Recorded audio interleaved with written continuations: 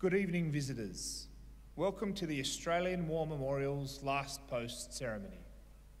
My name is Greg Kimball, and joining us today from the Royal Australian Air Force is leading aircraft woman Kim van der Vloot.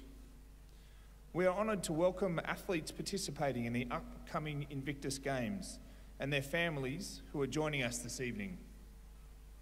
The opening of the Invictus Games are only 100 days away, and we wish you all the very best.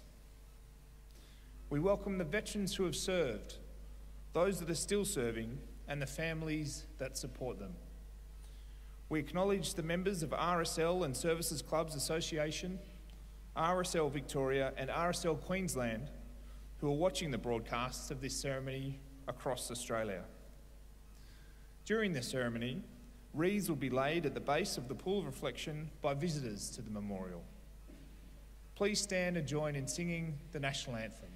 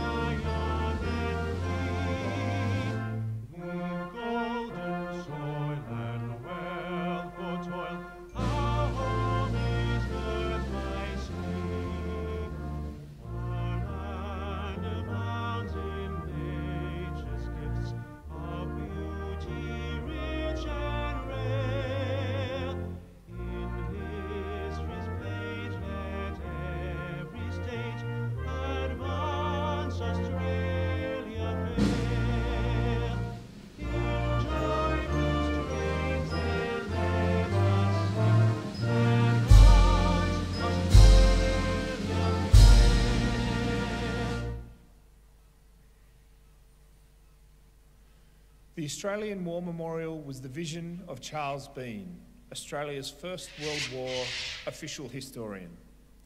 Bean landed with the Australian troops on Gallipoli and stayed with them at the front through to the end of the war. The idea of this National Memorial Museum came to him at Pozières, France, in the depths of the bloody fighting of 1916. Bean's idea was that this would be a place where families and friends could mourn loved ones buried in faraway places. It would also be a place that could help all Australians understand what these men and women had endured and what they had done for us. Bean's vision, to which we remain true, is best expressed as inscribed in the entrance to the memorial's galleries. Here is their spirit, in the heart of the land they loved. And here we guard the record which they themselves made. Tonight we'll read the story behind just one of those on the Roll of Honour, which lists the names of more than 102,000 men and women who have given their lives for us in war and operations for more than a century. But first we present a lament, Flowers of the Forest. Wreaths and floral tributes will now be laid at the base of the pool of reflection.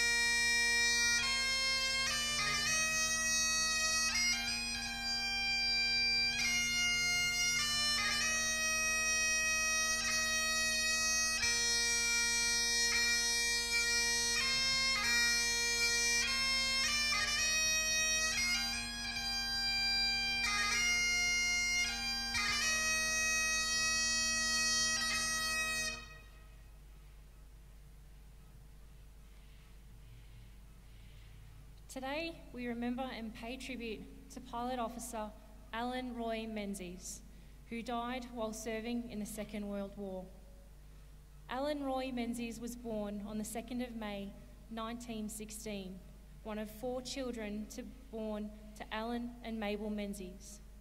Alan, his brothers William and George and sister Isabel grew up in Belmont near Newcastle in New South Wales, where the family was much respected members of their local mining community. Before the war, Alan worked as a radio mechanic. Alan enlisted in the Royal Australian Air Force in February 1941.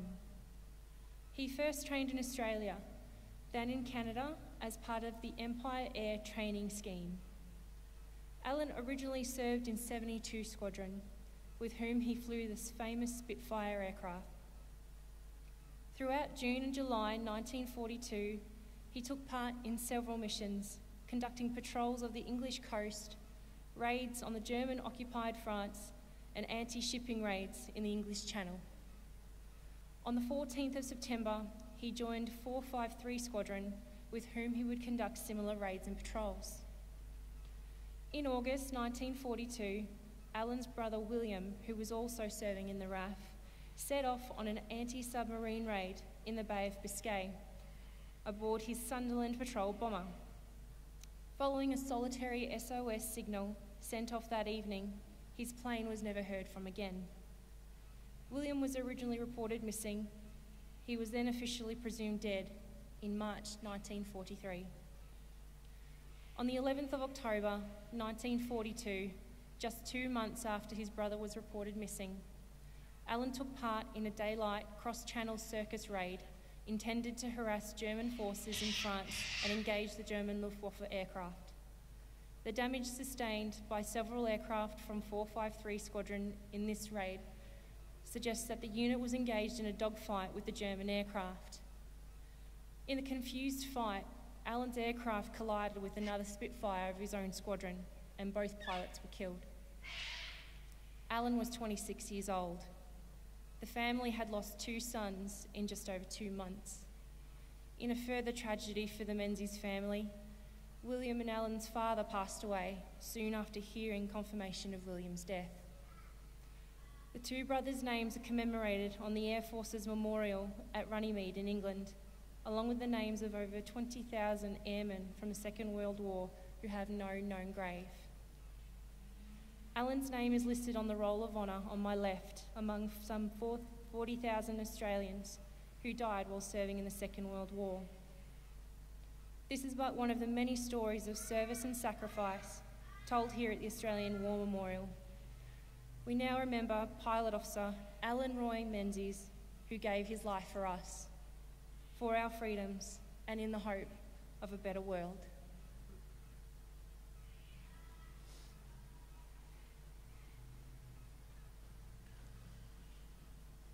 Please stand for the reading of the Ode and the sounding of the last post.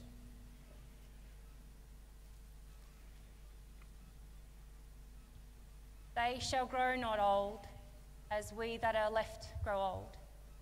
Age shall not weary them, nor the years condemn. At the going down of the sun, and in the morning, we will remember them. We will remember them.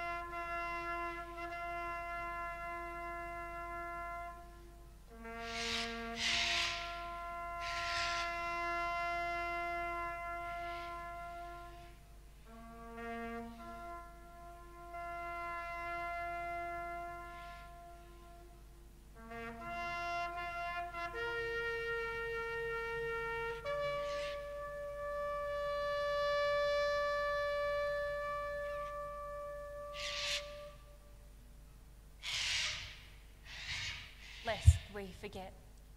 Lest we forget.